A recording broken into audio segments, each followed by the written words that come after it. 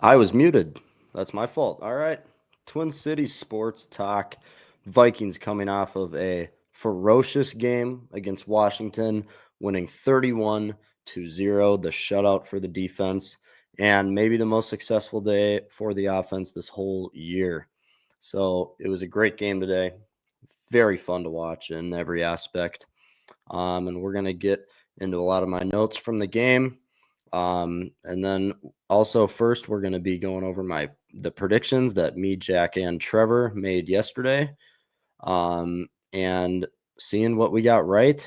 Spoiler: someone got the first point of the season for prediction season for us, and yeah, we're gonna get right into it. So yesterday, the Wolves and Wild had a game. The Wild ended up losing 4-2 to the Vancouver Canucks. Not a good game all around. Basically, all of that, I had the Wild winning. So, that is wrong. Actually, here we go. Boom, Wild loss. And so that was a negative for me right there. And then, actually, you know what? We all had the Wild winning. So that is not a good place you want to be in. Wild obviously ended up losing 4-2. None of us got the win for that one. The Wolves, they ended up winning last night by 3 points. It was a hard-fought game against James Harden and his masterclass last night. James Harden was fantastic for the Clippers. The only two that got that right were Trevor and Jack. So, start to a tough night for me. I had the Wolves losing by 5. They won by 3. So, again, wrong for me. But that's all right. I'm gonna come back, and you know what? I did come back today. I came back strong. I said the Vikings would win. Trevor said the Vikings would win, and then Jack said they would lose, and he is wrong. So, as for player predictions, okay, by the records, I dropped to 9-11 this year. Jack is now 2-3 in game-winning predictions, game winner. Trevor is a whopping 6-1. Trevor going hard right now. The only loss being that Wild prediction. As for player predictions, we do a player prediction to go into the points. There's 2 categories: the record, which I just gave you, that just covers the game winner, and if we get that right. And then the points category is if you get the score right for an NBA game. If you get the score right, it's 5 points. If you get the score right for a football, basketball, or like baseball, once baseball season comes around, it is 3 points. So big points there. And then you also get a point if you get the player prediction you make wrong. And these player predictions are quantifiably about 50% or less chance of happening. It's kind of a collective decision right there that we bring to the table each prediction episode. None of us got our prediction right for the Gophers. And then none of us got our Wild prediction right, which we're not doing layups. This is what I mean. 50% chance of it happening or lower. We kind of all have to agree on it. So it's not always going to hit. But the first person to get a point this year was Trevor. Trevor getting the point. He said J.J. McCarthy today would have 2 touchdowns or more with 0 interceptions. And I think everyone could agree that that's 50% lower chance of happening after having a bunch of bad weeks in a row with a bunch of turnovers. Me and Jack were very close. We all had J.J. McCarthy. And by the way, this is just strictly for the Vikings game. We all had J.J. Predictions. Jack said J.J. would throw a touchdown to J.J. Never did. He found 3 tight ends for touchdowns today. And then I said J.J. McCarthy would have 180 pass yards and 30 rush yards. I think I was like 10 or 20 yards off on each one. So me and Jack,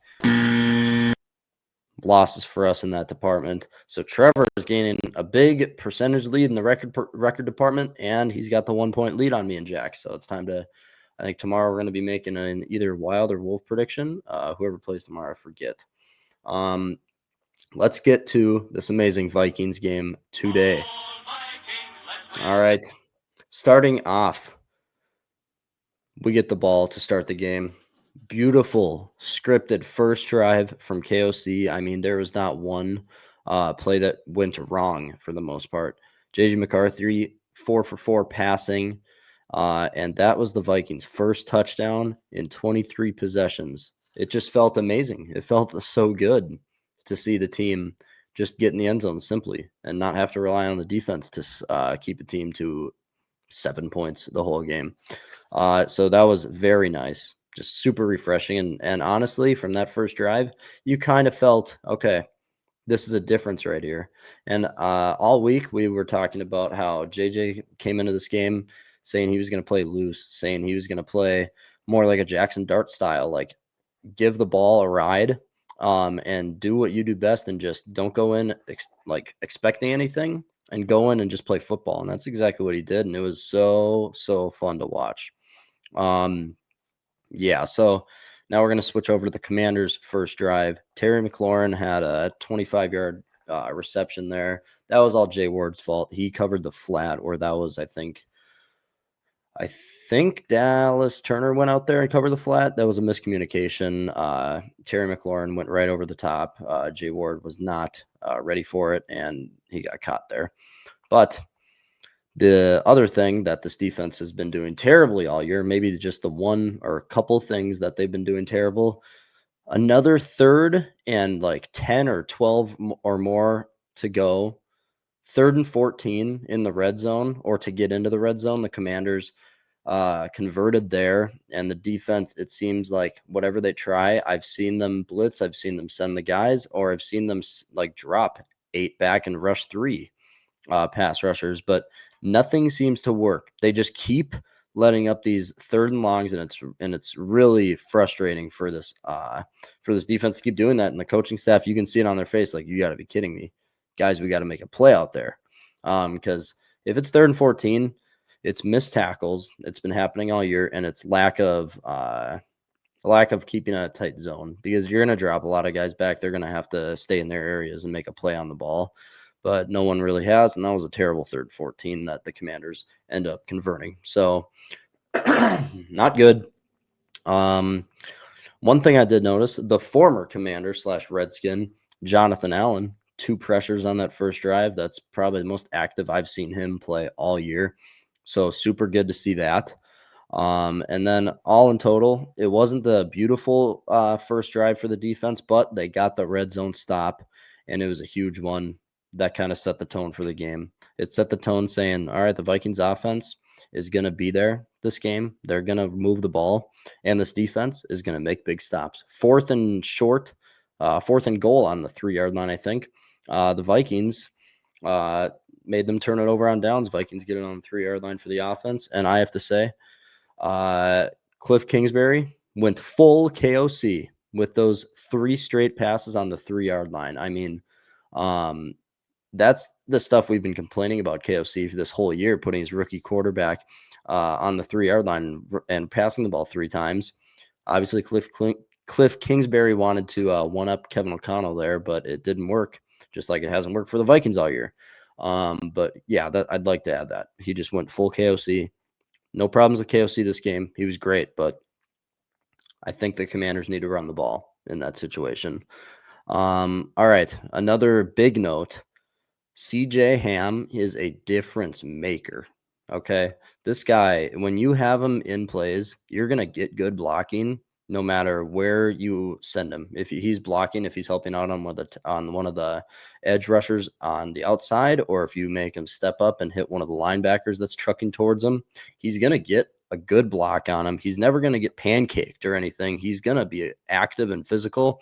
And you could really see that on the first 2 plays of this of the Vikings' second drive. JJ McCarthy had the nice run that was close to the first down, and then they had another nice run by, I think Jordan Mason was in there for the second drive.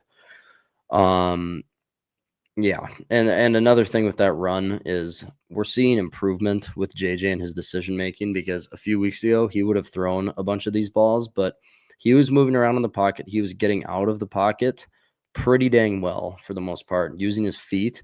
And I say seeing improvement because Justin, on an out route about 15 yards downfield, he was open, but JJ, he was kind of on the outside on the left. He didn't have the room to step into his throw, and I think everyone can agree if this was like against the Ravens or Bears, those games, he probably would have thrown that ball, and it probably would have been picked because it wouldn't have enough juice on it. He decided to tuck it and run and try to get a few yards, and I think on that play he did. But that's the improvement that we want to see is the decision making between that, because the decision making as a whole today was honestly pretty perfect. I mean, there could have been one pick that he threw, but it was pretty dang good. All right, then we move to a key 3rd and 12 on this drive. Absolutely genius play call. I have 2 genius play calls by KOC today. I mean, KOC was perfect all day. I think he was completely perfect. Best game he's called all year by far. And it's it's been exactly what we've been begging for. Just let JJ get some short throws, out routes, everything towards the sideline, and then he can start passing over the middle of the field a little bit more, but get the run game really going. The run game was unstoppable today. So good today. But this brilliant play call came on 3rd and 12. We were on the Commanders' 30-yard line, I think. It was our second drive, our scoring drive with Jordan Mason.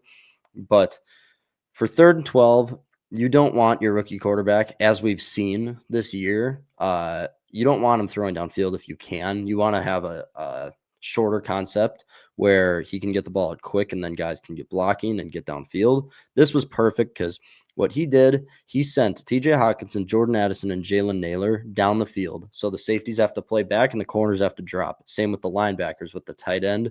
They have to drop kind of almost past that first down marker. And then you send the best receiver in the NFL, Justin Jefferson, down the middle on a slant route, and he's completely wide open because you get a one-on-one there with everyone going deep. You chuck it to him right away, and he goes and gets the first down because everyone's downfield. He only gets hit about a yard before the first down. It was a perfectly schemed up play, perfect for that moment. Props to KOC for that one. That was a perfect play call. All right. And just like that, KOC keeps going great. My biggest thing was I've been begging all year for the Vikings to show more personnel sets, more 12 and 13 personnel, which means 12 personnel is 2 tight ends on the field, and 13 personnel means 3 tight ends on the field, which the Rams have been doing all year. That's why their offense has been pretty much unstoppable because they show so many things. The defense can't play one simple concept or scheme to stop them.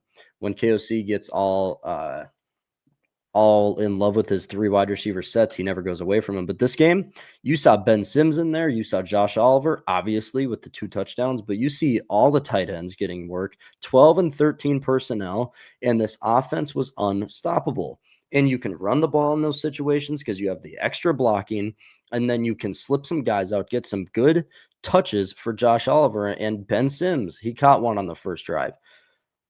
Very, very good from KOC today. Absolutely perfect is what I'm saying. I mean, there couldn't have been a worse, like there couldn't have been a better outcome for this game. 3rd and 1, and he ran the ball. Great. Touchdown. Jordan Mason cuts it outside to the left, and he didn't get too cute. KOC being. Didn't get too cute. Didn't have a play action rollout where he's trying to get the ball into the end zone by the pass. Pad JJ's stats. No, no, no. You run the ball in 3rd and 1. He was doing it all day, and it works out. Simply works out. Another thing about this drive, this was the longest drive of the century, longest Vikings drive of the century for plays. I think it was 17 or 18 plays. Longest Vikings drive of the century. And then it was the first NFL 12-minute drive in 4 years. Just tiring out the defense, working your butts off the entire drive. It was beautiful. It was beautiful. This is what we came in here saying we needed this year. This offensive line to be bullies. It just sucks because it's maybe a bit too late now because we are statistically pretty much out of the playoffs. But this is what you needed to see this whole year. With a healthy offensive line, the run game, there was maybe 2 or 3 times where they got stuffed for a yard or less. It was perfectly executed. The pass game went so well with the run. It was awesome. So then they score that touchdown, and then they force another 3 and out for the Commanders. I do have to say, Von Miller's still kicking because the sack he had, it was a great move by Von Miller, and this was obviously on the Vikings' next drive, okay? He is on or Brian O'Neill, that's his blocking assignment right there, Von Miller. And Von is sitting, and there's an edge rusher on the outside. Von is kind of playing a defensive tackle position right there. He acts like he's running towards Brian O'Neill and is going to act like he's going to power through and kind of just shove right into Brian O'Neill. And so obviously Brian O'Neill thought he was coming full speed at him, just bull trucking the entire way through him. But then Von Miller bluffs and kind of stops in his feet. Brian O'Neill falls backwards onto his butt because he's expecting you have to be stepping back already to absorb that hit, or else you're going to get pancaked. So he was already like leaning backwards and he fell on his butt, and Von Miller just let that happen. And then JJ McCarthy ended up running right into Von Miller's hands. Von Miller's still kicking. That was a fantastic play. Very football-y play right there. Very high integrity or a high intelligency in the head from Von Miller right there. It was great. It was fun to watch right there. All right, then halftime hit. And then right out of halftime, Commanders' first drive, Andrew Van Ginkel ginked Jaden Daniels. You do hate to see that. I think who was it? I don't remember. Isaiah Rogers. Isaiah Rogers was the one that had the huge block on Jaden Daniels. Jaden Daniels kind of re-injures that arm that had that gruesome injury a few weeks ago. So that's never good to see. But Andrew Van Ginkel, if it wasn't for Terry McLaurin, he'd have his third pick six in the last 2 years. So even better for this defense. I mean, Gink coming back, it just seems like everything's just running now. That's how the year started off last year in New York. And then he had the one in London against the Jets. This is how you just build up momentum. I mean, Gink, we've been waiting for it all year. He's been so close on reading these screens all year long. He's had balls go right under his arm when his arms are flailing in the air to block it or pick it off in that case. It does come with a disappointment, though. The offense had to settle for a field goal when they had position on the 25 or 30-yard line, so that always sucks. But then the very next drive for the Commanders, our very own Harry Hitman picks off Jaden Daniels.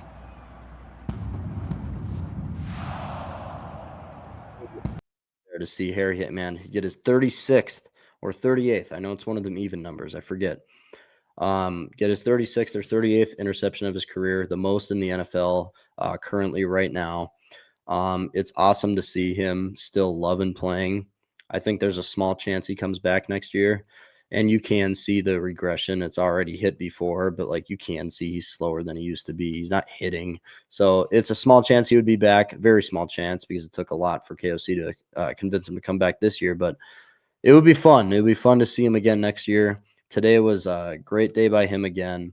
And this was an interception off Marcus Mariota because obviously Jaden Daniels exited the game. And then right away off of that, I think we got the ball in plus territory, maybe on the 45-yard line or close to it. JJ hits a 20-yard kind of crosser or out route. I forget what it was to Jordan Addison. Great throw. Another great throw from JJ. And then this was my other KOC perfect play call. Fantastic play design to get Oliver free for the touchdown, which put the Vikings up 24-0. He had Oliver blocking, and then he had Oliver go through the line basically. And it was basically like in any video game, you can have the guy block for a few seconds and then trail out. But this was, he blocked, and then he had to go through a couple guys to get out there, but no one came off of him because he came from inside of the line, and it worked perfectly. I mean, it was a great play. Get Oliver on the flat.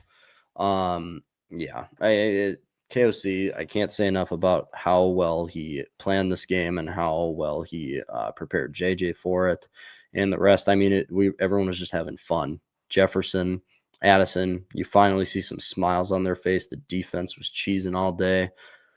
It was too much fun to watch, and we've been dying to see it, and it's so good to see it happen.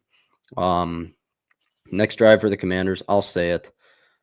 That is a very dirty play from Jay Ward. I get it. It's fast, right in the middle of the action, but he was already going low. Like if Zach Ertz was like standing on the field, he still would have hit him like below the belt, where it would have been like in the knee direction or like right around like the groin area for Zach Ertz.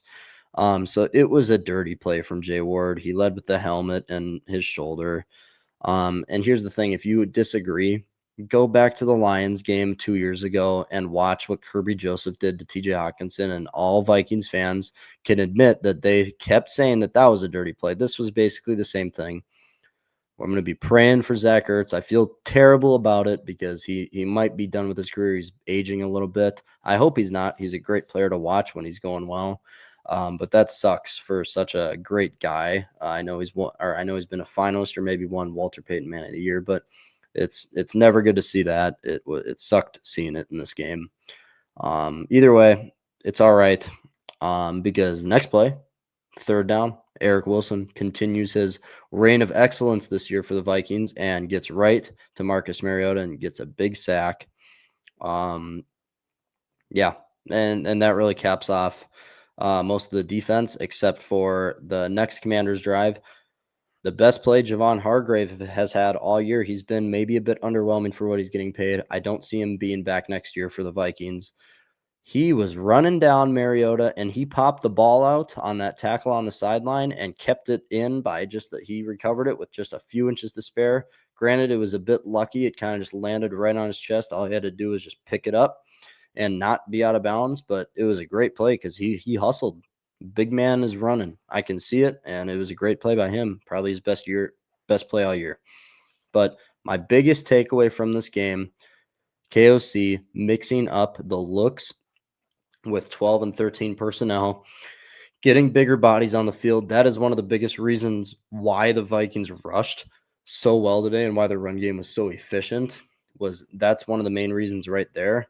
But also, it just helps out so much with, I mean, when you are running out 3 wide receivers every single play, basically, I think it was 80%. Teams are going to know you're going to be passing 70% of the time. And if you are running the ball, you don't have much blocking off of that. If you are running 12 or 13 personnel, you have blocking and you have so many more like decisions or stuff to go off of it. It's so helpful and it's so easy. And they did it and it worked perfectly.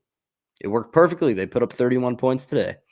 And yeah, rushing in general, Aaron Jones, 76 yards, Jordan Mason, 52, McCarthy rushed for 19, Xavier Scott got 15 at the end. So over 150 rushing yards, I think that adds up to. I'm going to look at that real quick. Yeah, rushing yards, 162. And yeah, passing yards, 151. They rushed for more than they passed, which the passing game wasn't bad today. It was efficient, short, and it moved the chains. They tried getting Justin Jefferson in the end zone on that 45-yard bomb where JJ got lit up, by the way.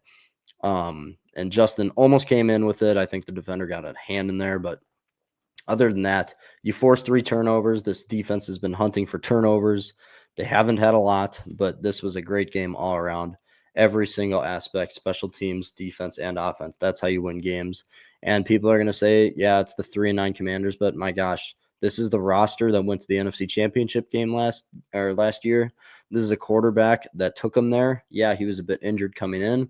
Take your wins when you can get them. We were 4-8 going in here. If people want to make excuses like this wasn't a good win, we don't need good wins right now. Maybe it was even better for us to maybe lose a game or two now and get better draft capital because we're not going to make the playoffs. But people got to just realize like you got to take the wins when you can get them. And this is a good win against still a pretty decent roster. They're not the Eagles or Bears or Packers, which that was another good game. Packers pull out the win against the Bears. And we made predictions on that. I think Trevor was the only one to pick the Bears. I think Jack and I picked the Packers. That doesn't go towards our prediction statistics though. Only Minnesota sports because that's where it's at, All right. That's it. Minnesota Vikings manhandle Washington in a very good game at home. And that is it for Twin City Sports Talk, TCST. We'll be back with you tomorrow for some more content. I think both the Wild and Wolves play tomorrow, if I'm not mistaken. I know the Wild play the Kraken, who are on a little bit of a skid now. And then I think the Wolves are at home against the Suns, if I'm not sure. But we'll have content on that tomorrow. Maybe some talks about the baseball winter meetings that happened this weekend. But everyone, happy Vikings win. And I will see you guys next time. Follow on the podcast, TikTok, Instagram, and YouTube. And that's all we got here. So everyone, peace out.